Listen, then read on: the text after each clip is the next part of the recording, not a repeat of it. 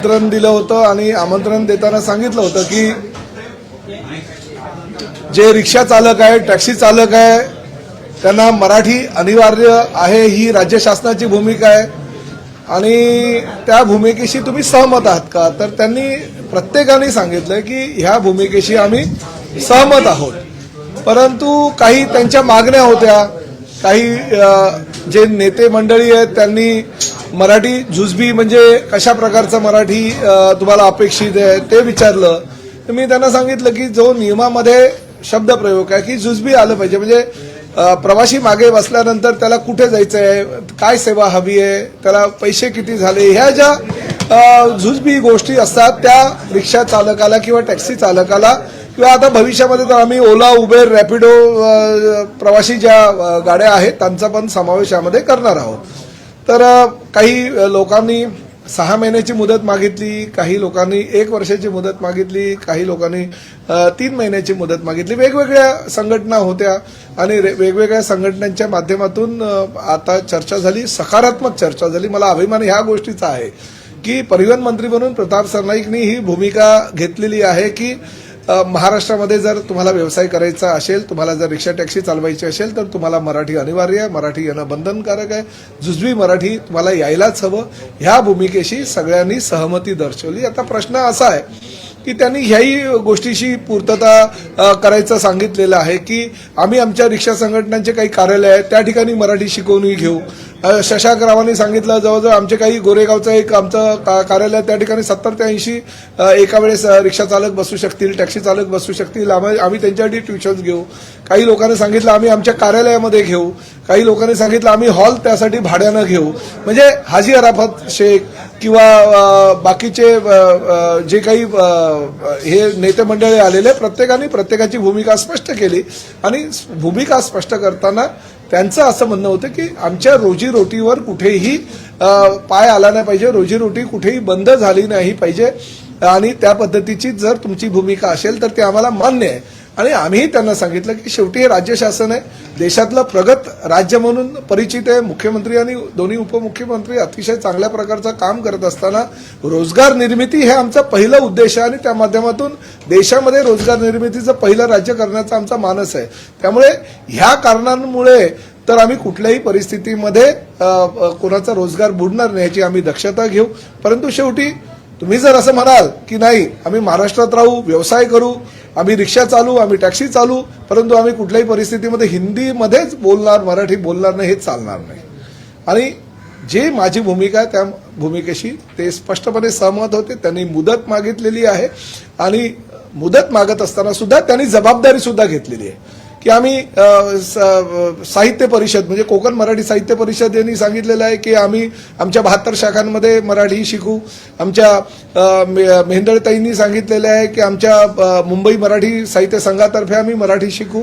त्यांचं सुद्धा ज्ञान जे आहे, त्यांची सुद्धा मदत जी आहे ती घेण्याची भूमिका ह्या सर्वांनी ठरवलेली आहे. मी त्यांचं मनापासून आभार व्यक्त केलाय आणि त्यामुळे आमच्या भूमिकेशी, राज्य शासनाच्या भूमिकेशी सर्व रिक्षा टॅक्सी युनियनचे नेते तयार आहेत की आमच्या भूमिका जी योग्य आहे. त्यांनी मुदत मागितलेली आहे, परंतु शेवटी मुदत मागितलेली आहे. उद्या आमच्या आता आरटीओच्या अधिकाऱ्यांची मी बैठक केली, कारण मला कळलं पाहिजे ना, शेवटी त्यांनी मुदत वाढवली. आपल्याला हे राजकीय काही घोषणा आहे आणि त्यामुळे आपण आता त्यांना म्हणजे त्यांचं समाधान करण्यासाठी त्यांना मुदत वाढ वगैरे द्यायची अशी भूमिका बिलकुल नाही. मी आता त्यांना शब्द काही दिलेला नाहीये. उद्या आरटीओच्या सगळ्या 59 आरटीओची मी बैठक बोलवलेली आहे सकाळी 10:30 वाजता आणि त्या बैठकीमध्ये ह्या बाबतीतला आम्ही निर्णय घेऊ.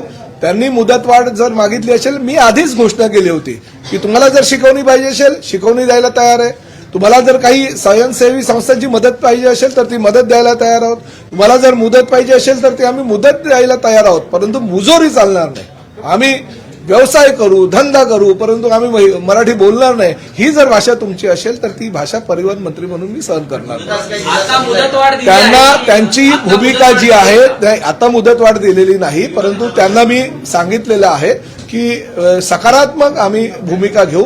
फक्त उद्या आमची आरटीओच्या अधिकाऱ्यांच्या बैठकीमध्ये त्या बाबतीतला आम्ही निर्णय घेऊ आणि पुढे करू. एक गोष्ट मी तुम्हाला सांगतो, मुदतवाढ ही त्यांनी मागितलेली आहे, आमची द्यायची तयारी आहे, पण फक्त आता किती वेळ द्यायचा, किती काळासाठी द्यायचा, कारण काय मग मुदतवाढ संपणार नाही. कारण आजच्याच बैठकीमध्ये कोणी 3 महिन्याची मागितलेली आहे, कोणी 6 महिन्याची मागितलेली आहे, कोणी 1 वर्षाची मागितलेली आहे. शेवटी आम्हालाही ठरवावं लागेल हो, फक्त ही राजकीय घोषणा नको.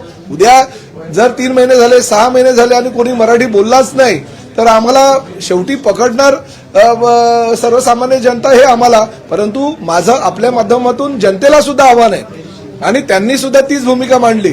जर ड्रायव्हर आणि म्हणजे टॅक्सी ड्रायव्हर किंवा रिक्षा ड्रायव्हर हा हिंदी आहे, हिंदी भाषिकच आहे असं समजून प्रवाशांनी सुद्धा त्यांच्याबरोबर हिंदीमध्ये संवाद साधणं योग्य नाही.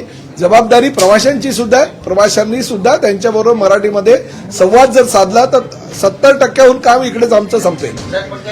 नाही, आम्ही वेळ देऊ, योग्य ती वेळ देऊ, ह्या बाबतीतला निर्णय उद्या मी घेईल. परंतु शेवटी काही आता बघा, मी मीरा भाईंदरच्या लोकप्रतिनिधींनी पत्र दिलं होतं आणि त्या पत्राच्या अनुषंगानं मी माहिती घेतली. मीरा भाईंदरला रिक्षा परमिट तपासणी 3066 झालेली आहे. म्हणजे 1 महिन्यापासून आम्ही ही मोहीम केली तर 3066 रिक्षा परमिट तपासणी आम्ही केलेली आहे. मराठी ज्ञान नसलेले त्यामध्ये 499 आम्हाला हे चालक मालक आढळलेले आहेत आणि मराठी ज्ञान असलेले 2567 आहे. म्हणजे 16.27% आजपर्यंतचा जो रिपोर्ट आहे त्याच्यामध्ये मराठी ज्ञान नसलेले रिक्षा चालक मालक आहे. म्हणजे आम्हाला हे कळलंय की आता बाबा एवढ्या संख्येपैकी एवढी जी पर्सेंटेज आहे ती लोक हिंदी भाषिक, म्हणजे शासनाला सुद्धा त्यांची भूमिका ठरवत असताना ह्या गोष्टींचा सारासार विचार करावा लागेल. मीरा भाईंदरला हिंदी भाषिक जास्त आहे, त्या ठिकाणी पर्सेंटेज आहे. ठाण्याला हिंदी भाषिक कमी आहे, कल्याण डोंबिवलीला हिंदी भाषिक कमी आहे, मुंबईला काही क्षेत्रामध्ये हिंदी भाषिक जास्त आहे तर काही ठिकाणी कमी आहे. आम्हाला हे सगळं नॉलेज जे आहे आमच्या आरटीओच्या अधिकाऱ्यांच्या माध्यमातून उद्या मिळेल आणि त्यासाठी आम्ही ती उद्याची बैठक.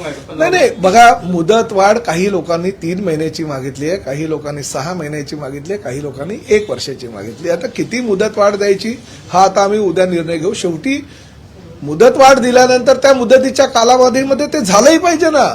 फक्त बैठक घ्यायची आणि मुदत मागायची, पण काही त्यातनं शक्य जर होणार नसेल तर ते नाही. आता शेवटी ही काय राजकीय घोषणा नाही.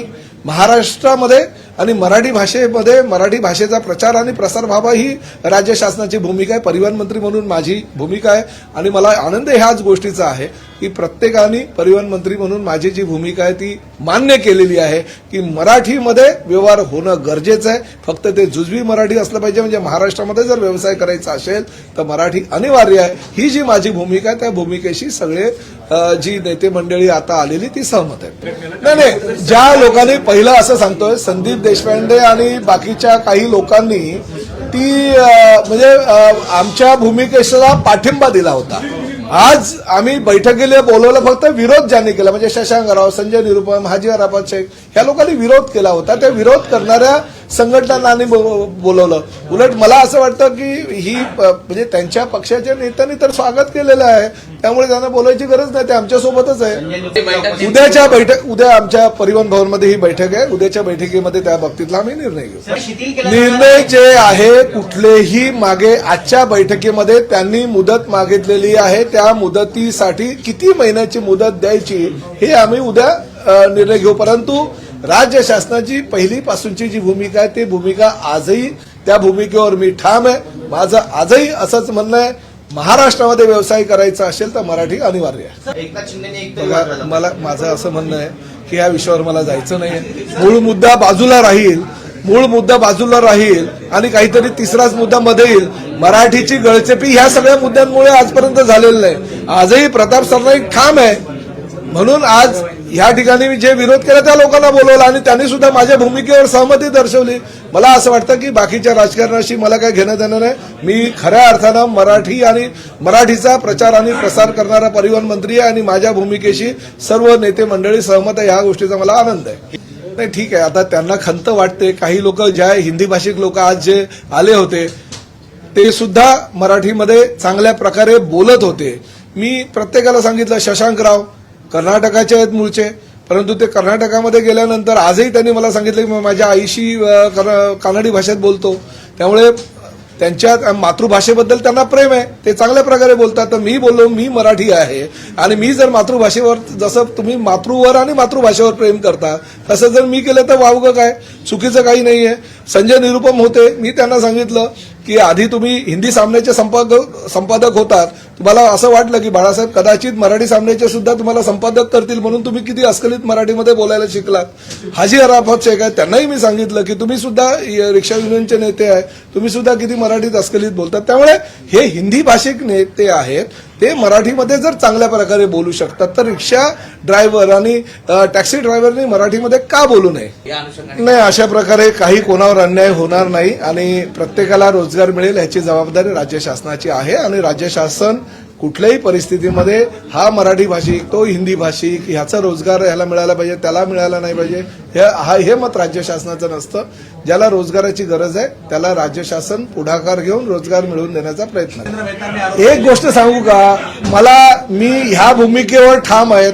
आता हा मुद्दा नरेंद्र मेहतानीच घेतलाय ना आणि त्यांनीच पत्र दिलं, त्याच पत्राच्या आधारे हे सगळी आमचा म्हणजे जे मीरा भाईंदरला रिक्षा परमिट तपासणीची जी मोहीम आहे त्यांच्याच पत्रानुसार चालू केले. त्यांनी दिलं पत्र आणि त्यानुसार ती मोहीम चालू केली. त्यामुळे कुठला तरी मुद्दा डायव्हर्ट करण्यासाठी जर कोणी काही करत असेल ना, मी अशा लोकांना भीक घालत नाही आणि मी स्पष्टपणे सांगतो, बऱ्याच लोकांना असं वाटत होतं हे पुढे जाणार, हे मागे फिरणार, हे आता काय मराठीचा मुद्दा सोडून देणार. प्रताप सरनाईक ठाम आहे या भूमिकेवर.